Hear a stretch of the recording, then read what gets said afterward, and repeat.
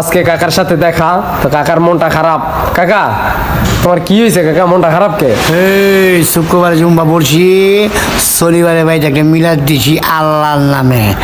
অনেক মিলাদ দিছি, কইছি সবারে খাওয়াবো। 2 ডেক তবরক পাকাইছি, বড় ডেকের ভিতরে 5 কুইনা ডেকের ভিতরে ওইটা পাকায়া এলাকারে খাওয়াইলাম। আরেক এলাকায় দিয়া আইতাছি 9টা 30 মিনিটে আয়া দিয়ে 2 ডেকের থেকে 1 ডেক আমার হাওয়া, একটা ডেক চোরের ঘরে চোরেরা।